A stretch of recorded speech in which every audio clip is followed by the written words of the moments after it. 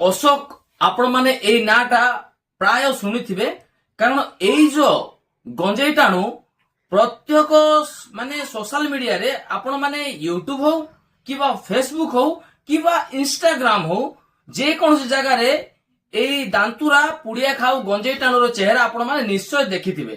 କାରଣ ମୁଁ ମଧ୍ୟ ଦେଖିଛି, ତ ଆପଣ ମାନେ ମୋ ଠାରୁ ଅଧିକ ବି ଦେଖିଥିବେ।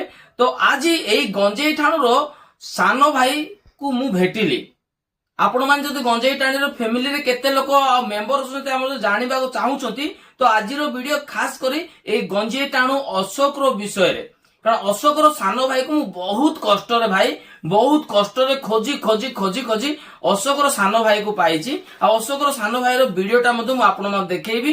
ଆଉ ଅଶୋକର ସାନ ଭାଇର ଟୋଟାଲ ପରିଚୟଟା ମଧ୍ୟ ମୁଁ ଦେବି, ଯେ ଅଶୋକର ସାନ ଭାଇ ଆଉ କୋଉ କୋଉ ବିଷୟକୁ ନେଇ ସେ ମଧ୍ୟ ଆରମ୍ଭ କରିଛି ଗୋଟେ ଚ୍ୟାନେଲ, ଆଉ ସେ ମଧ୍ୟ କେମିତି ଭାଇରାଲ ହେବାକୁ ଚାହୁଁଛି, କୋଉ ବିଷୟକୁ ନେଇ ସେ ଭାଇରାଲ ହେବା ପାଇଁ ଚାହୁଁଛି, ଆଉ ତା ପାଖରେ କୋଉ କୋଉ ଶକ୍ତି ଅଛି, କୋଉ କୋଉ ଦକ୍ଷତା ଅଛି, କୋଉ କୋଉ ଟ୍ୟାଲେଣ୍ଟ ଅଛି, ଏ ସବୁ ମୁଁ ଆପଣ ମାନଙ୍କୁ ଦେଖେଇବି ତାରି ଭିଡିଓ ଜରିଆରେ। ତ ଚାଲନ୍ତୁ ପ୍ରଥମେ ଆମେ ତାର ଭିଡିଓଟା ଦେଖିଦେବା, ତାପରେ ଆମେ ଅଶୋକର ସାନ ଭାଇ ବିଷୟରେ ପଦେ ଚର୍ଚ୍ଚା କରିବା। ତ ଚାଲନ୍ତୁ ଡେରି ନ କରି ଭିଡିଓଟାକୁ ଦେଖିବା।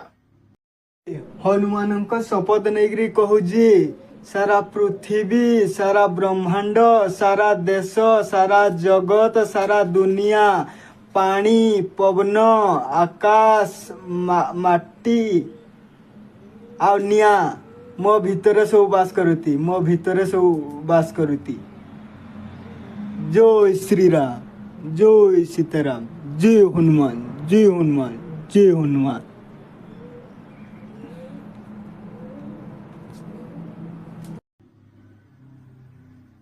ତ ଆପଣ ମାନେ ଭିଡିଓଟା ଦେଖିଲେ ଅଶୋକର ସାନ ଭାଇ କୋଉ ଟାଇପ ର କଥା ଗୁଡା କହୁଛି, ମାନେ ଦେଖିଲେ ମତେ ତ ପୁରା ହସ